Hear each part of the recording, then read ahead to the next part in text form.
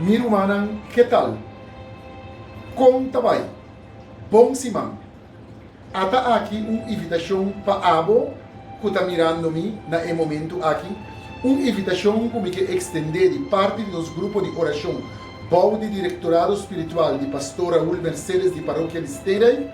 Me que trouxe para uma invitação para vos sintonizarmos para um programa novo que nós vai apresentar titular Luz que traz esperança.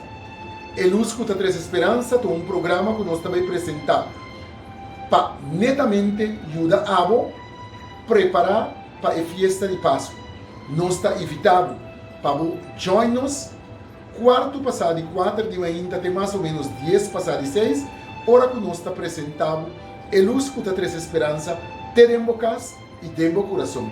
Meu irmão, importante está para o coração estar preparado para a festa de Páscoa.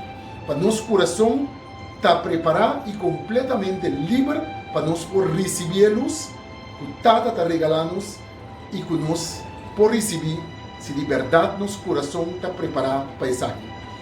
O processo é mita primitivo, como é que caminha junto com nós que vai ajudar para o cana 9 dias largo com nós e para o chegar na celebração de um Páscoa diferente.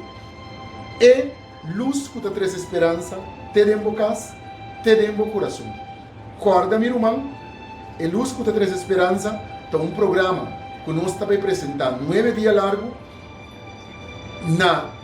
e riba nos página Oração e Missão São Pio Corsol, nos página de Facebook, e riba botar like e share nos page e botar mira o programa aqui que nós está dando abertura na dia manhã para 5 horas de manhã.